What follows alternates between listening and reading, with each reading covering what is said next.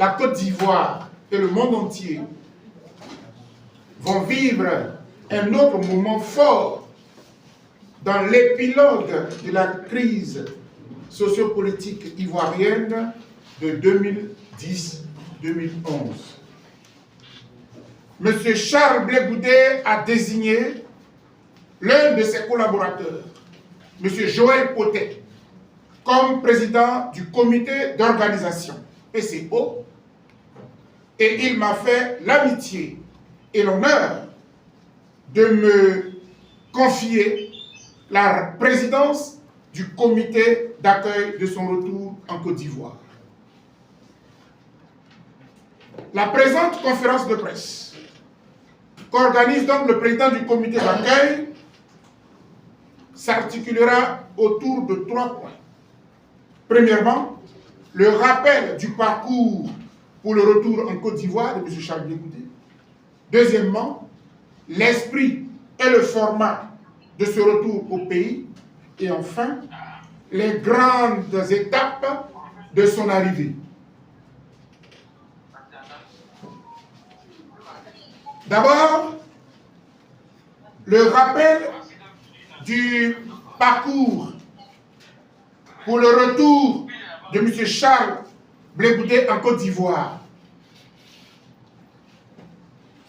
Après les heures chaudes de la grave crise post-électorale qui a secoué la Côte d'Ivoire de la fin 2010 à la mi-2011, M. Charles Blé Goudé, qui s'était réfugié au Ghana, y a été arrêté le 17 janvier 2013, puis extradé en Côte d'Ivoire à Abidjan. À Abidjan, il passera 14 mois dans les mains de la DST avant d'être transféré à La Haye devant la Cour pénale internationale le 22 mars 2014. Après 6 années de procès, le président Laurent Gbagbo et lui seront acquittés en première instance par la CPI le 15 janvier 2019. Mais contre toute attente, à leur sortie de prison, pendant que le président Laurent Gbagbo a pu regagner Bruxelles, M. Charles Blé Goudé se trouvera toujours bloqué en Hollande malgré lui. Même l'acquittement définitif qui interviendra le 31 mars 2021 n'avait pas pu changer la situation d'interdiction de sortir de La Haye, sauf par une autorisation expresse de la CPI où il continuait de pointer tous les mardis et les vendredis. Une situation inadmissible au regard des principes universels des droits de l'homme que la FIDOP, la Fondation ivoirienne pour l'observation et la surveillance des droits de l'homme et de la vie politique, n'a eu de cesse à dénoncer par ma voix même. Fort heureusement, le président de la République de Côte d'Ivoire a entendu toutes ces voix et ces cris qui se sont élevés en Côte d'Ivoire et partout dans le monde. C'est ainsi que, le 5 avril 2022, il dépêchera son chef de cabinet à La Haye pour rassurer M. Charles Blé Goudé que son passeport lui serait remis. Ce qui fut fait, et le 30 mai 2022, à l'ambassade de la Côte d'Ivoire en Hollande, M. Charles Blé Goudé recevra donc effectivement son passeport. Mais il a encore fallu attendre 4 mois, soit le 30 septembre 2022, pour que les autorités ivoiriennes notifient par écrit à M. Charles Blé Goudé, via le greffier de la CPI, qu'il pouvait maintenant rentrer dans son pays. Dans ce courrier, les autorités ivoiriennes expliquent cette longue attente par le fait que le chef de l'État tenait à ce que le retour de M. Blé Goudé se passe dans un climat totalement apaisé, ce qui a nécessité un temps de sensibilisation des victimes.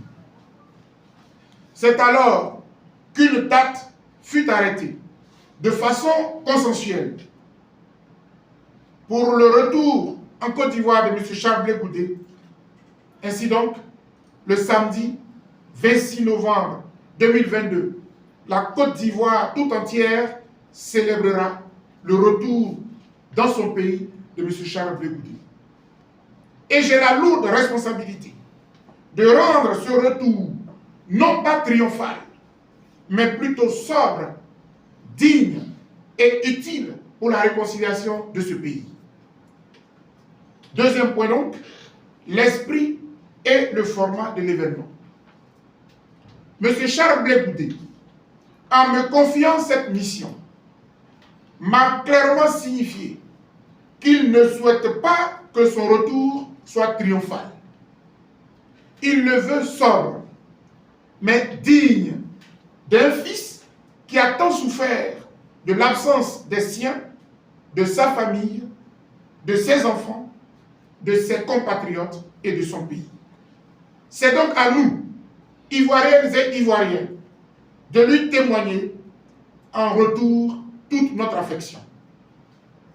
S'il a préféré ce schéma, c'est aussi parce que l'homme n'est plus totalement, exactement le même. Il s'est profondément métamorphosé.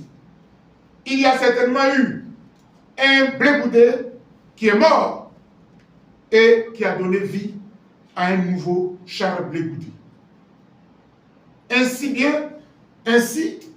bien qu'acquitté définitivement par la CPI, M. Charles Blé Goudé a cependant une nette conscience des douleurs et des souffrances que la grave crise post-électorale de 2010-2011 a pu causer dans les familles et dans tout le pays.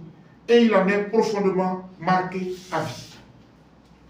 Il a donc une forte pensée pour toutes les victimes de la crise post-électorale de 2010-2011, de quelque bord politique ou ethnique qu'elles fussent.